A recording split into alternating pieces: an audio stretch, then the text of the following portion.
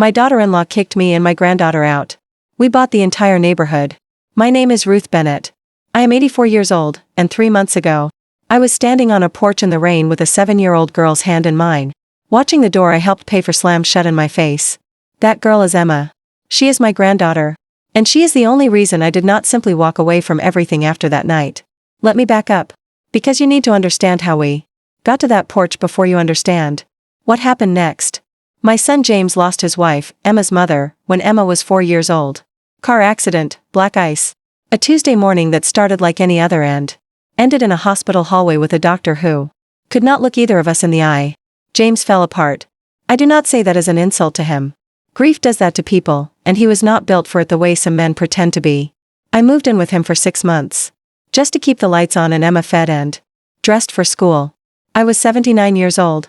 And I was raising a 4-year-old again like I had never stopped. 2 years later, James remarried. Her name is Karen. She was younger, sharp, well put together. The kind of woman who walks into a room and immediately starts rearranging the furniture in her head. At first I told myself she was good for him. He smiled again. He stood up straighter. I wanted to believe that meant something good for Emma too. I was wrong, and I knew I was wrong long before I admitted it out loud. Karen did not like that Emma ran to me first when she skinned her knee. She did not like that Emma called me the person who actually listens in front of her teacher. During a parent conference, which, yes, was mortifying for everyone, but it was also true. And children have a cruel habit of saying true things at the worst possible moment. Karen did not like that I still had a key to the house James and Emma's mother had bought together. A house I helped with the down payment on, back when James was 26. And did not have 2 nickels to rub together after the wedding. She never said any of this to my face. That was never her style. Karen's style was patience. Karen's style was waiting. 3 months ago, James took a job overseas. 6 weeks in Singapore, consulting work. More money than he'd seen in years. And he asked me to stay with Emma and Karen while he was gone, because Karen worked long hours at the hospital administration office and someone needed to get Emma to school and back. I said yes before he finished the sentence. Of course I said yes. That little girl is my whole heart walking around outside my body. For the first 2 weeks, it was almost pleasant. Karen and I moved around each other like 2 cats who had agreed to a temporary truce.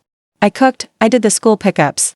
I sat with Emma while she did her spelling homework and pretended not to notice when she spelled grandma better than she spelled her own last name.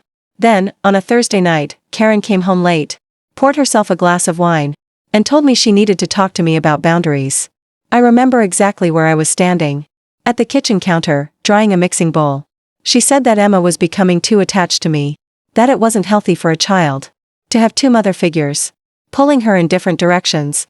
That she needed to establish herself as the primary parental authority in that house while James was away. And that maybe it would be best if I found somewhere else to stay until he got back. I set the bowl down very carefully. Because my hands wanted to shake and I refused to let them. I asked her where exactly she thought I should go. At 84 years old, with 6 days' notice. In a city where my only family was standing in front of me telling me to leave it. She said that was not her problem to solve. I want you to understand something about me before I go any further. I have buried a husband. I have buried a daughter-in-law I loved like my own blood. I have raised 2 generations of this family. Through things that would have broken people half my age. I do not scare easily, and I do not fold easily. And Karen mistook my quiet that night for weakness. It was not weakness. It was arithmetic. I was doing math in my head while she talked. And none of it was about where I would sleep that week. 2 days later, she moved my timeline up. She said she had thought about it more and decided it would be better for everyone if I left that weekend instead. Sunday. She said Emma had a friend's birthday party Saturday. And it would be less disruptive if I was already gone by the time Emma got home. She was trying to remove me before my own granddaughter could ask any questions. I did not tell Emma the real reason. I told her grandma had some things to take care of. And that I loved her more than all the stars combined. Which is a thing I have told her since she was small enough to fit against my shoulder. She hugged me at the door on Sunday morning, in her pajamas, sleepy and confused, and asked when I was coming back. Karen answered before I could. Soon, she said, in the voice adults use when they mean never. I stood on that porch in the rain, because of course it was raining. Because the universe has a sense of humor even when it is being cruel. And I felt something settle in me that I had not felt in years. Not sadness. Sadness would come later, quietly, at 2 in the morning in a hotel room. What I felt on that porch was clarity. Karen thought she knew who I was. An old woman. A guest. Someone with no leverage, no options, nowhere else to be. She had no idea who she was dealing with. Here is something Karen did not know. Because I had never had a reason to tell her, and honestly, some pride kept me from bringing it up at family dinners like a party trick. My late husband, Walter, and I did not spend our whole life poor. And then get lucky. We spent our whole life patient. Walter worked in commercial real estate for 40 years. Back when Ashford Court was farmland and nobody wanted it. We bought small parcels here and there over 3 decades, quietly, through a holding company with a name so boring nobody ever asked twice about it. By the time Walter passed 12 years ago, we owned, directly or through long-term leases we controlled, a significant piece of that neighborhood. Not all of it. Not yet. I had let most of that sit quiet for years. I did not need the money. I did not need the attention. I was an old woman living comfortably and visiting my granddaughter on weekends. And that was enough for me. Karen kicking me out in the rain changed what was enough for me. I checked into a hotel that Sunday night. A small place near the highway with a flickering ice machine outside my door. And I did not cry, though I wanted to. I sat on the edge of that stiff hotel bed for a long time, still in my damp coat. And I thought about every single thing I had given that family over the years. The nights I sat up with James when he had the flu as a boy. The wedding I paid half of when he married Emma's mother. The 4 a.m. phone call the night she died. When he could not even speak. Just breathed into the phone. And I stayed on that line for 2 hours saying nothing back except I'm here. I'm here, I'm here. None of that mattered to Karen. To her, I was simply an inconvenience with gray hair, taking up space in a house. I had helped make possible in more ways than she would ever know. I thought about calling James overseas and telling him everything. That first night. Some part of me wanted to. But another part, the part that had survived losing a husband and a daughter-in-law, told me to wait. James had enough on his plate 6,000 miles from home. And I did not want his first instinct to be rescuing me. I wanted, for once in my long life, to handle something entirely on my own terms. So instead, I called my attorney, a sharp woman named Patricia who had handled Walter's estate and who picked up on the second ring even though it was 9 at night. I asked her one question. How much of Ashford Court do we actually control right now? She went quiet for a second, and then she laughed. Not unkindly, and said, Ruth, what did that woman do to you? I told her everything. The boundary speech. The moved up timeline. The rain. Emma's confused little face in the doorway. Patricia said, give me 2 weeks. It took closer to 5, actually. Because these things always take longer than lawyers promise. But here is what happened in those 5 weeks. And I want you to sit with each piece of it, because I certainly did. James's rental house, the one Karen was living in with Emma while he worked overseas, was not owned by James and Karen outright. They rented it. I knew this because I had, years earlier, quietly co-signed the very first lease on that house. When James was newly remarried and his credit wasn't strong enough yet on its own. I had never removed my name from that arrangement. Because nobody had ever asked me to. And frankly, nobody had ever thought an 84-year-old woman's signature mattered enough to chase down and revise. The landlord who owned that house was an elderly gentleman named Harold Voss, who had known Walter for 30 years. Back when they used to argue about property taxes over coffee every Thursday morning at the same diner. Harold still owned 6 properties on that street. 6 out of maybe 20 houses on Ashford Court total. I called Harold. I did not manipulate him, and I want to be clear about that. Because revenge is not the same thing as deceit.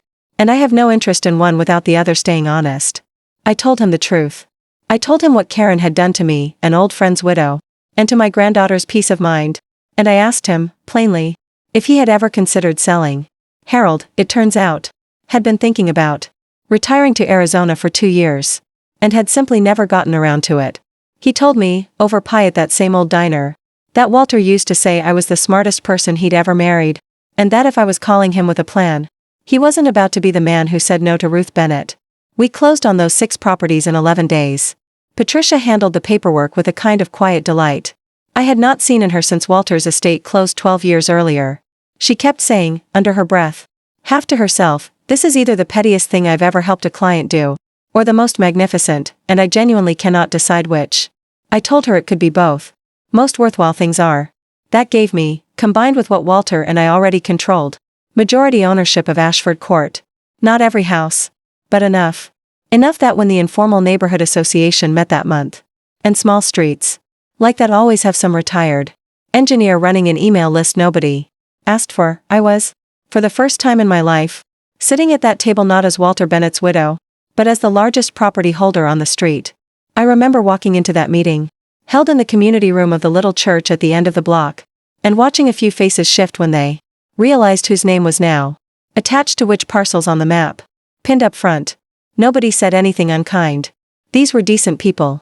Neighbors who had waved to me at mailboxes for 20 years without knowing what I quietly held on paper. But I could feel the room recalculating me, the same way Karen would have to, and there was something almost peaceful in that. Not power for its own sake. Just the relief of finally being seen clearly, after months of being treated as though I had nothing left to offer. And James and Karen's rental house was one of the 6 I now owned outright. I did not evict them. I want that understood clearly, because I know how this sounds, and I did not do this to punish a 7-year-old girl who had nothing to do with any of it. What I did was smaller, and sharper, and entirely legal. I let the lease run exactly as written. Karen had 90 days left on her current term. I did not renew it early. I simply waited, quietly, the same way Walter and I had waited for 30 years to build what we built. And 4 days before that lease came up for renewal, I sent formal written notice, through Patricia, that the property owner, meaning me, would not be extending the lease under the previous terms. Karen found out her landlord was her mother-in-law on a Tuesday afternoon, from a lawyer's letter, 3 weeks before James was due home from Singapore. She called me 11 times that day. I let it ring out 4 times before I finally answered. Not because I wanted to make her suffer, though I will not pretend some small ember of satisfaction wasn't burning in my chest, but because I needed to actually decide what kind of woman I wanted to be on the other end of that phone call. When I picked up, she was already talking, fast, panicked, asking if this was some kind of joke, asking how, asking why. I said, "You told me it wasn't your problem to solve, where I would go. I'm simply extending you the same courtesy." She went quiet for a long moment. Then she said, very small, "Where are we supposed to go, Ruth? Where is Emma supposed to go?" And there it was. The exact question I had asked her, standing in the rain, 6 weeks earlier. I did not gloat. I want you to know that, because it would have been easy to gloat. And some petty part of me had rehearsed exactly what I might say if this moment ever came. But hearing her voice crack when she said Emma's name reminded me that whatever Karen had done to me, Emma still loved her. In whatever complicated way children love the adults raising them, and I was not interested in tearing that girl's world down to its studs, just to prove a point. So I told Karen the truth. I told her I had no intention of putting a child out on the street, that Emma would never lose her home over this, not for one single night.